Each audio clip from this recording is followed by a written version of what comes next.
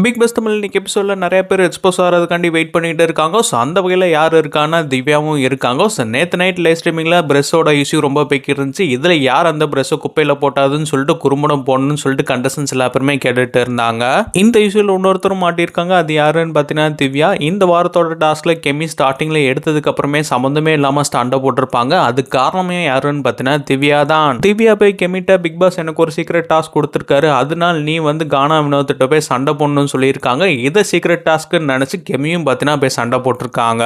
இது உண்மையிலேயே சாண்ட்ரா கொடுத்த மாதிரி ஒரு சீக்ரெட் டாஸ்க் நினைச்சு கெமி கேமராலாம் ரிஜிஸ்டர் பண்ணியிருக்காங்களாம். அண்ட் அது மட்டும் இல்லாமல் இந்த சீக்ரெட் டாஸ்க்கை யார்ட்டையுமே சொல்லக்கூடாதுன்னு சொல்லிட்டு அதை சீக்ரெட்டாகவும் மெயின்டைன் பண்ணியிருக்காங்க. இது நேற்று நைட்டு தான் தெரிய வந்திருக்கு. பிக் பாஸ் சீக்ரெட் டாஸ்க் கொடுக்கல, சீக்ரெட் டாஸ்க்னு போய் சொல்லி கெமியை சண்டை போட வச்சிருக்காங்க திவ்யா அப்படின்ட்டு.